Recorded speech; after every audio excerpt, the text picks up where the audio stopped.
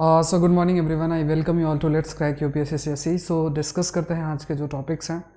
आज के जो टॉपिक्स हम लोग डिस्कस करेंगे कौन कौन से हैं। जुडिशियल ओवररीच के बारे में, what is basically judicial overreach, और एक बहुत क्लासिक एग्जांपल है, ठीक है।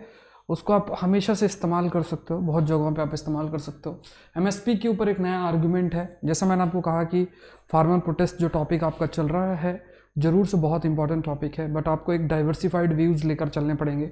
कुछ फेवर में बोलेंगे, कुछ अगेंस्ट में बोलेंगे, तो दोनों के जो एक कंस्ट्रक्टिव क्रिटिसिज्म है या फिर फैक्ट बेस्ड जो ओपिनियंस हैं उनको आप आंसर में इस्तेमाल कर सकते हो। तो आज एक बहुत अच्छे आर्गूमेंट आया, वो हम लोग डिस्कस करेंगे। All India services and federalism पर एक आपका पॉलिटी के अंदर टॉपिक बन सकता है, वो हम लोग डिस्कस करेंगे। चाइना इकोनॉमी पर हम लोग डिस्कस करेंगे। इंडो मिथासिन के बारे में कुछ छोटी न्यूज़ और है, आखिर में मेंस का क्वेश्चन है। So this session is presented by me, my name is Saurabh Pandey. अगर आप आईएएस एग्जाम की तैयारी कर रहे हैं, अनअकैडमी से आप जुड़ सकते हैं। इंडिया के टॉप 80+ एजुकेटर से आप लाइव पढ़ सकते हैं। एक बहुत इंपॉर्टेंट अनाउंसमेंट है, सिर्फ आपको 6 महीने बचे हैं 2021 के प्रीलिम्स के लिए। सो इसी को ध्यान में रखते हुए बहुत ही इम्पॉर्टेंट कुछ बैचेस आपके लॉन्च हो रहे हैं और शुरू भी आपके हो रहे हैं, ठीक है। ये आपका जल्द से शुरू हो रहा है, 21 दिसंबर से शुरू हो रहा है। सो इसमें full syllabus coverage, top educators और आपके सारे होंगे। तो जितने भी आपके सब्जेक्ट्स आपको पढ़ने हैं, करंट अफेयर्स से रिलेटेड चीज़ें हैं, हर एक चीज़ इसके अंदर कवर की जाएगी, ठीक है। सो अगर अभी तक आपने प्रिपरेशन शुरू नहीं की तो ये जो टाइम ड्यूरेशन, इस टाइम ड्यूरेशन के अंदर आप अपना पूरा सिलेबस पूरा कर पाएंगे। टेस्ट सीरीज़ भी इसी के अंदर इंक्लूडेड है, तो एक प्लान्ड प्रिपरेशन आपकी प्रीलिम्स 2021 के लिए हो पाएगी, ठीक है। सो इसको आपको अपॉर्चुनिटी को मिस नहीं करना है। एग्रीकल्चर ऑप्शनल भी साथ में आप कर लेना, ठीक है। जनवरी 5 से ये बैच शुरू हो रहा है। Again this course is presented by me, I will take the session. इस session will start with paper 2 से आपका ये सेशन शुरू होगा। तो ये बहुत इंपॉर्टेंट है आपके लिए। एग्रीकल्चर ऑप्शनल, एक ऑप्शनल भी आप कंप्लीट कर सकते हो। अब देखो, अगर आप सिर्फ देखा जाए, अगर आप पूरा 2021 की तैयारी कर रहे हैं तो आपको ऑप्शनल और जीएस दोनों का सब्सक्रिप्शन लेना चाहिए, 1 ईयर या 2 ईयर्स का, ठीक है। या अगर आप जीएस का लेना चाहते हो, जीएस का, ऑप्शनल का लेना चाहते हैं तो ऑप्शनल का सेपरेट सब्सक्रिप्शन आप ले सकते हैं। अगर आप एग्रीकल्चर से जुड़ना चाहते हैं तो जैसे 1 ईयर का सब्सक्रिप्शन आपने ऑप्शनल का ले लिया, या 1 ईयर का सब्सक्रिप्शन आपने जीएस का ले लिया, कंबाइंड ले लिया, ठीक है। ये डिसीजन आपको लेना है और ये कोड याद रखना है। इस कोड को जरूर से यूज़ करना है, SPLIV कोड इस्तेमाल करोगे तो ये जो अमाउंट है, ये अमाउंट आपका रिड्यूस हो जाएगा बाय 10%। अदरवाइज ये अमाउंट आपको पूरा पे करना पड़ेगा। तो ये कोड आप इस्तेमाल कर सकते हैं, SPLIV। और जो मेरी स्पेशल क्लासेस होती हैं वो उसको अगर आपको एक्सेस करना है, और जो फ्री ऑफ कॉस्ट क्लासेस हैं उसको भी आप एक्सेस कर सकते हैं by using this code SPLIV। इस सेशन का PDF आप डाउनलोड कर सकते हैं SP करंट अफेयर्स नाम से, जो आपका टेलीग्राम चैनल है, SP करंट अफेयर्स नाम से, ठीक है। और दूसरा डेली डोज विथ S.पांडे करके आपका टेलीग्राम चैनल है, जिसमें आप अपना मेंस का आंसर आपको सेंड करना है, तो उसको भी आपको मिस नहीं करना। चलो पहला टॉपिक देखते हैं। Supreme court finds high court order and on Andhra Pradesh government disturbing. देखो, ये बहुत ही एक क्लासिक एग्जाम्पल है, ठीक है। जुडिशरी का जो एक रोल है, ठीक है। हाई कोर्ट है आंध्र प्रदेश की, हाई कोर्ट ने है ना, आंध्र प्रदेश के हाई कोर्ट ने कुछ ऐसे मतलब जजमेंट्स दिए हैं या अपना ओपिनियन दिया है जो कहा जा सकता है कि कहीं ना कहीं आंध्र प्रदेश की जो एग्जीक्यूटिव है उसके डोमेन में एनक्रोचमेंट आपको देखने को मिल रहा है। सो एक टर्म इस्तेमाल होता है जिसको हम कहते हैं जुडिशियल ओवररीच। जुडिशियल ओवररीच क्या है? आपका जो फंक्शन है, जैसे we follow the principle called as separation of power. हम सेपरेशन ऑफ पावर का प्रिंसिपल फॉलो करते हैं। आपका लेजिस्लेचर है, एग्जीक्यूटिव है, जुडिशरी है, इनका डोमेन है, या अपने डोमेन के अकॉर्डिंग फंक्शंस जो है वो करते हैं। संविधान ने इनके डोमेन को डिफाइन कर रखा है। लेकिन जब आप किसी दूसरे के डोमेन में एंटर कर जाते हो, अपने फंक्शंस के बियॉन्ड किसी दूसरे के फंक्शंस को भी खुद परफॉर्म करने लग जाते हो, तो वो एक ओवररीच का कंडीशन होता है। सो यहाँ पे जुडिशियल ओवररीच देखने को मिल रहा है, क्योंकि कुछ ऐसी चीज़ें हम ये कह सकते हैं कि जो एक जो एग्जीक्यूटिव के द्वारा दिए गए जो फंक्शंस आपके हैं, उन फंक्शंस को आप जो है डिटरमाइन करना शुरू कर देते हो कि सही है कि गलत है, क्या है। इस तरीके से आप उस चीज़ को पूरा देखना शुरू कर देते हो कि क्या जो फंक्शंस एग्जीक्यूटिव के द्वारा किए जा रहे हैं वो किस तरीके से किए जा रहे हैं। मतलब वो जुडिशरी अपने डोमेन के बाहर एग्जीक्यूटिव फंक्शंस को लेकर जाने लगे। तो यहाँ पे अगर देखा जाए तो हाल में ही आंध्र प्रदेश की जो जुडिशरी है, जो मतलब वहाँ की स्टेट हाई कोर्ट है ना, उसने क्या कहा, उसने प्ली को ध्यान में रखते हुए उसने इस चीज़ को कंसीडर करने की कोशिश की कि क्या आंध्र प्रदेश में कॉन्स्टिट्यूशनल ब्रेकडाउन है कि नहीं है। ठीक है, कॉन्स्टिट्यूशनल ब्रेकडाउन है कि नहीं है।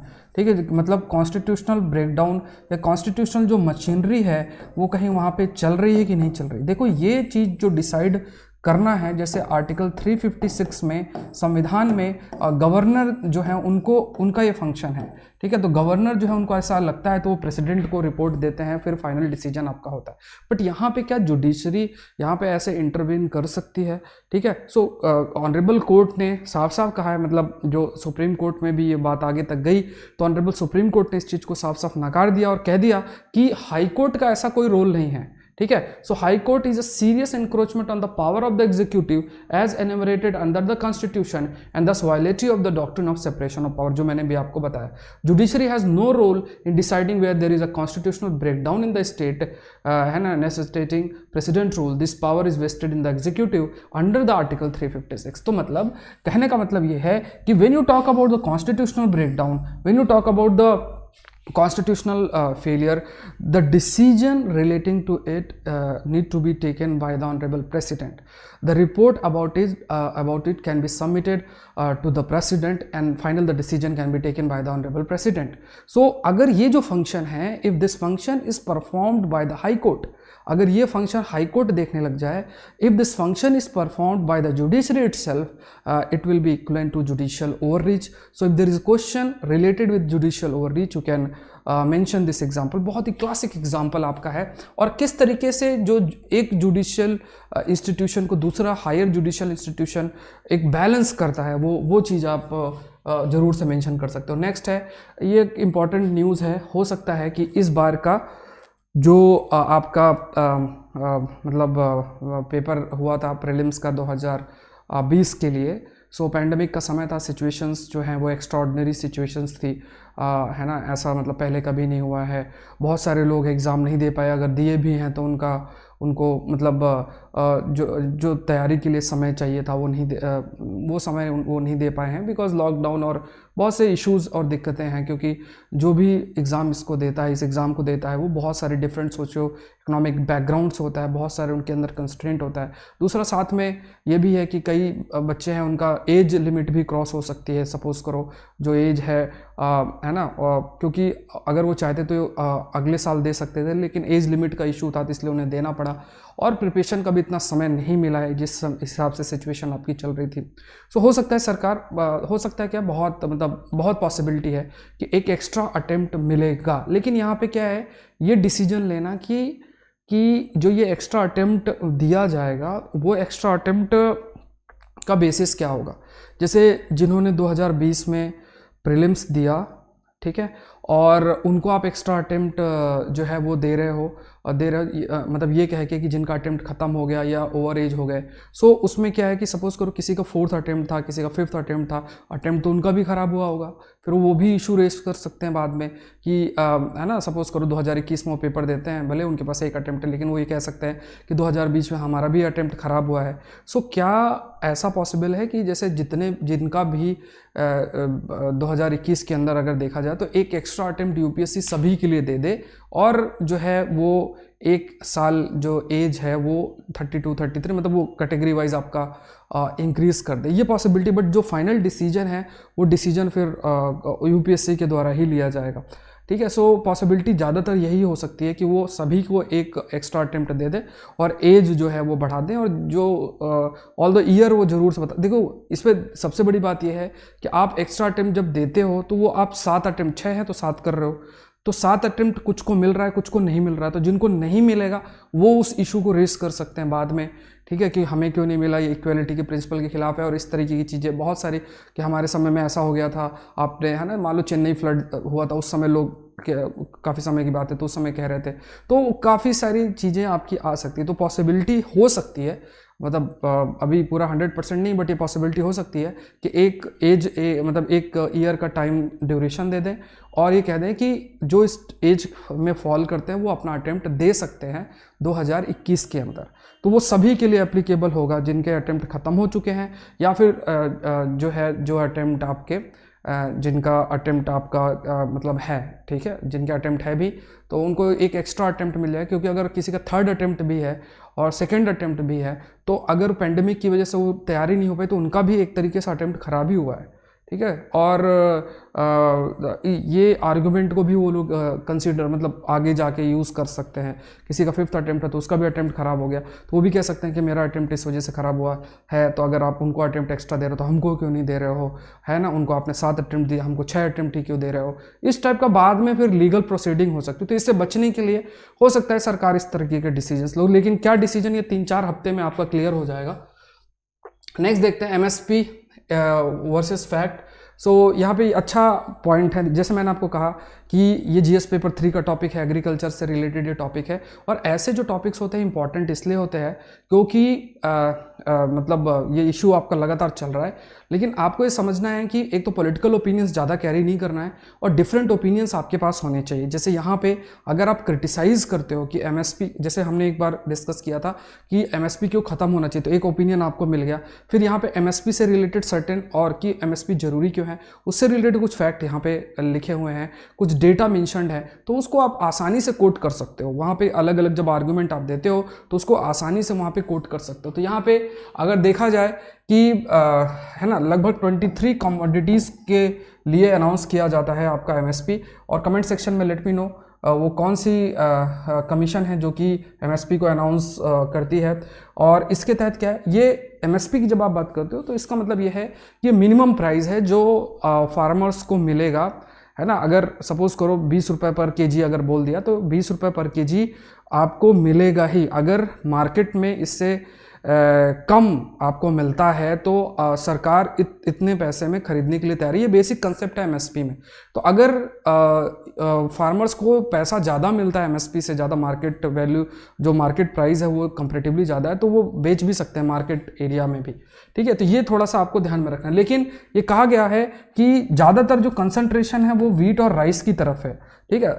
भले 23 क्रॉप के लिए एमएसपी अनाउंस होती है, बट वीट राइस पर ज़्यादा प्रोडक्शन है आपका, मतलब ज़्यादा फोकस है आपका। तो वीट राइस को ही आसानी से ग्रो करना, ठीक है, ज़्यादा अमाउंट में ग्रो हो जाती है। और जैसे कई चीज़ें अगर आप दूसरा ग्रो करते हो तो हो सकता है उसके प्रति एक्सपर्टीज़ ना हो, या सीज़न के किसी पर्टिकुलर टाइम पे ही वो क्रॉप आपकी ग्रो हो जाए। ये दोनों, एक बार राइस ग्रो कर लिया, एक बार वीट ग्रो कर लिया, तो पूरे सीज़न में जो फील्ड है वो ऑक्यूपाइड आपके रहेंगे, ग्रो चीज़ें ज़्यादा होंगी तो अर्निंग ज़्यादा होगी। लेकिन सरकार के लिए दिक्कत क्या है कि इतना सारा प्रोक्योरमेंट करना, प्रोक्योरमेंट करने के बाद उसका एफसीआई गोडाउन में रखना, डिमांड दूसरी वैल्यू एडिशन जो दूसरी क्रॉप, जैसे मान लो पल्सेस की डिमांड बहुत अधिक बढ़ रही है, सो जो फार्मर्स है वो शिफ्ट अपना फोकस वीट राइस की तरफ कर रहे हैं, दूसरे क्रॉप्स की तरफ नहीं कर रहे। तो वहाँ पे हमारी food security, even nutritional security भी आपकी अफेक्ट होगी, क्योंकि आपको पल्सेस और इन सब की ज़रूरत आपकी जो होती है, तो उसका प्रोडक्शन हमारे यहाँ पे और बढ़ाने की ज़रूरत है। तो ये सब चीज़ें हैं। उसके बाद गवर्नमेंट ने काफ़ी एफर्ट भी किया पहले के टाइम पे भी, जैसे डिसेंट्रलाइज प्रोक्योरमेंट सिस्टम हम लेकर आए, है ना, इंट्रोड्यूस 1997-98 में, है ना। तो इनिशियल ईयर्स में इतना पॉपुलर नहीं था, फिर धीरे धीरे स्टेट्स इसको अडॉप्ट करने लग गए। Under the decentralise procurement system जो प्रोक्योरमेंट की रिस्पॉन्सिबिलिटी है वो आपका स्टेट गवर्नमेंट को दी गई, है ना। तो वहाँ पे फिर जो प्रोक्योरमेंट है उसके तहत जो सरकार है वो अपने हिसाब से कुछ पैसा प्रोवाइड करेगी, मतलब केंद्र सरकार। अगर राइस के केस में कहा गया छत्तीसगढ़ और उड़ीसा ने काफ़ी अच्छा परफॉर्म किया है। अगर देखा जाए तो ये जो स्टेट्स हैं लगभग 10% each to the total paddy procurement in the country. Wheat की बात की जाए तो decentralise procurement has taken off in Madhya Pradesh in a big way. Wheat का प्रोक्योरमेंट मध्य प्रदेश में आपका काफ़ी बढ़ा है। 2020-21 की बात की जाए तो वीट का प्रोक्योरमेंट मध्य प्रदेश ने इवन पंजाब को भी सरपास किया है।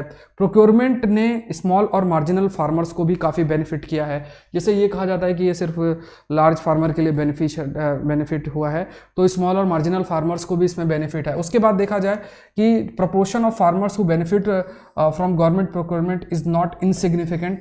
दूसरा, geography of procurement had change. ये कहा गया कि लास्ट 15 साल में जो प्रोक्योरमेंट है वो सिर्फ ऐसा नहीं कि सिर्फ पंजाब हरियाणा से और जगह पे प्रोक्योरमेंट आपका बढ़ा है ना। जो ट्रेडिशनल स्टेट्स थे वहाँ से because of the decentralise procurement system, दूसरे जो स्टेट्स हैं वहाँ से भी प्रोक्योरमेंट आपका बढ़ा। छत्तीसगढ़, मध्य प्रदेश, उड़ीसा से भी जो प्रोक्योरमेंट है वो आपका बढ़ा है। तीसरा जो पॉइंट आपका हाईलाइट किया गया है कि जो स्मॉल मार्जिनल फार्मर्स हैं उनको भी इसका बेनिफिट हुआ, क्योंकि सबसे बड़ा बेनिफिट यही होता है कि राइस और व्हीट है आपका, आपने ग्रो किया, साथ में रिलेटेड जो सब्सिडीज़ आपको मिली उससे आप की अर्निंग हो रही है और एक एश्योर्ड इनकम आपको मिल रही है। ठीक है, तो उससे आपको लगता है कि ठीक है साल भर का 2-3 लाख रुपए आपका आ रहा है और उसमें आपका फिर जो खर्चा है वो आपका चल रहा है। फिर बियॉन्ड फार्मर भी सोचने की कोशिश नहीं करते, ये इसका एक ड्रॉबैक भी आपका रहता है।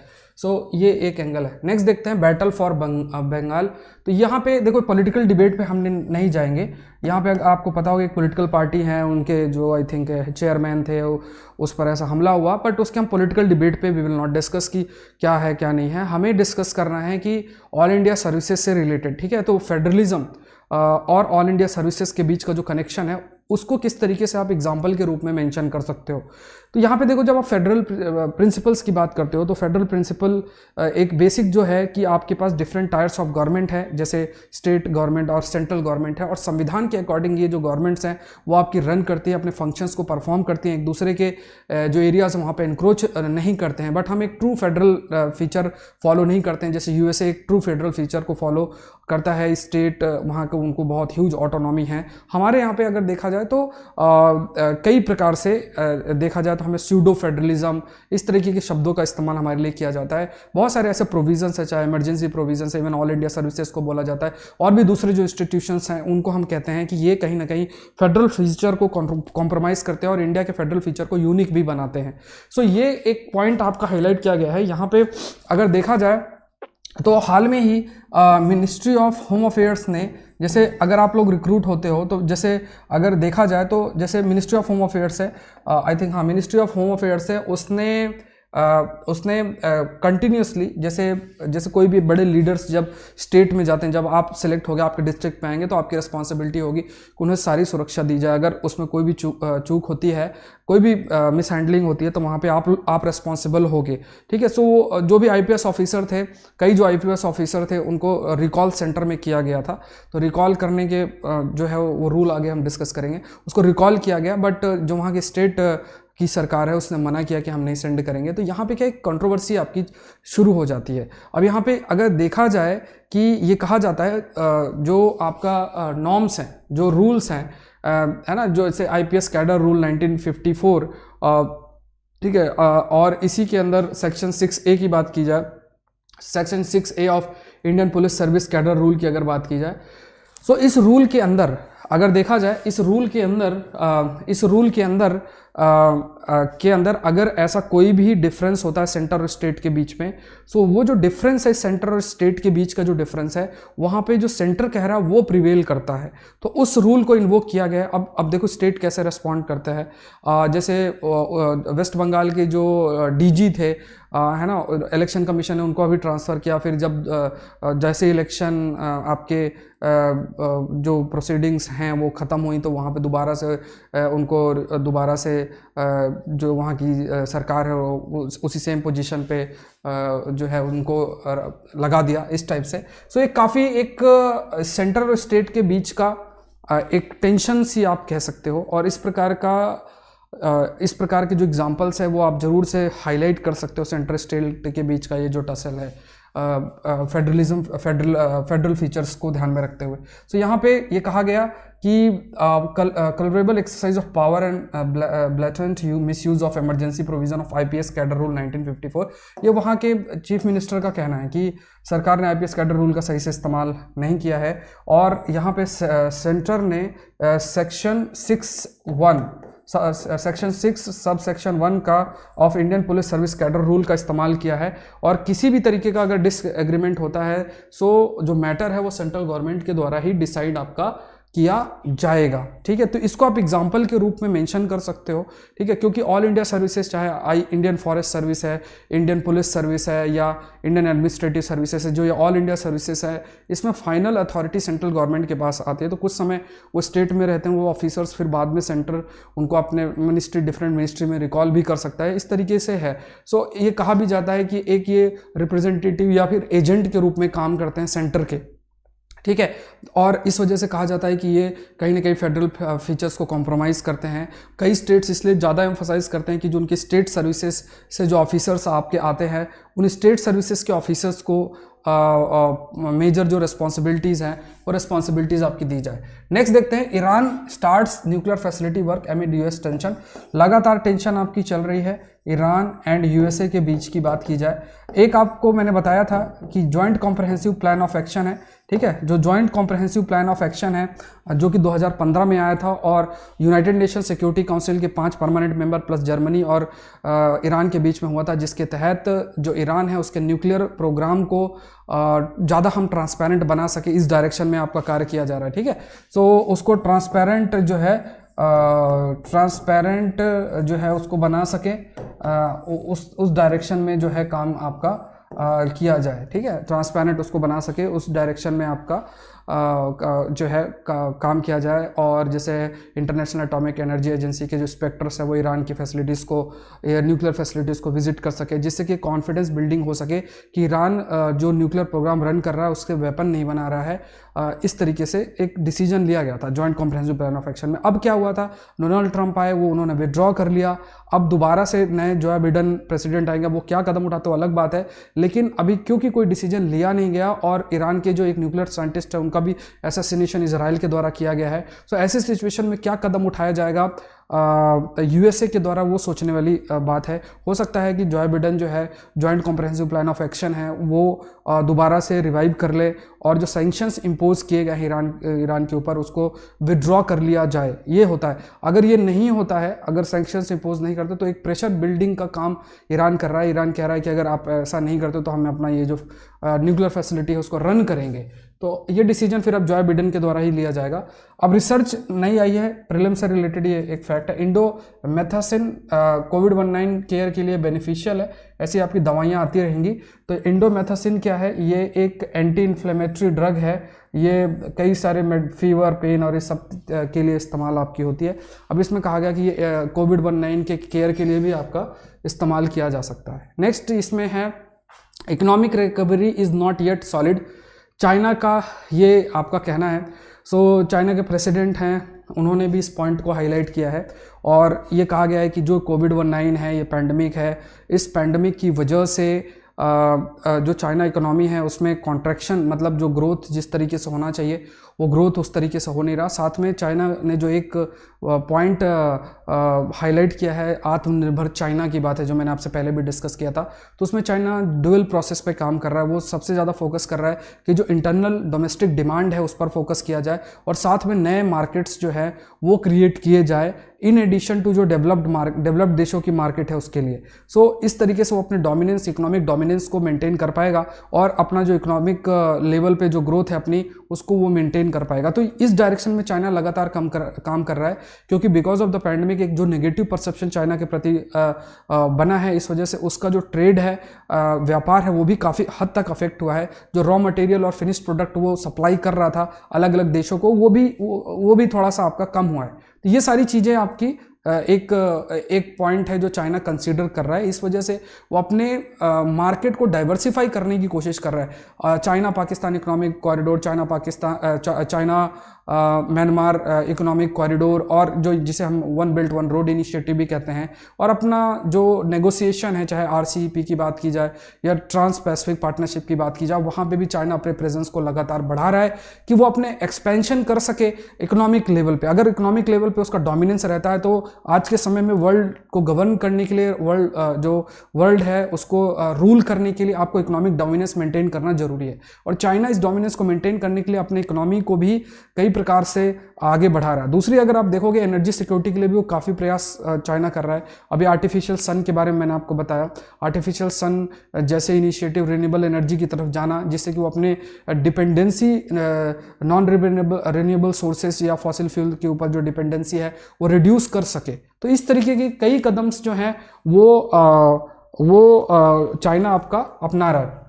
अच्छा, एक और मैंने आपसे बार बार रिक्वेस्ट भी की है और again I am saying, the concept नाम से यूट्यूब चैनल ऑलरेडी लॉन्च हुआ है। That again I will take the session in that channel.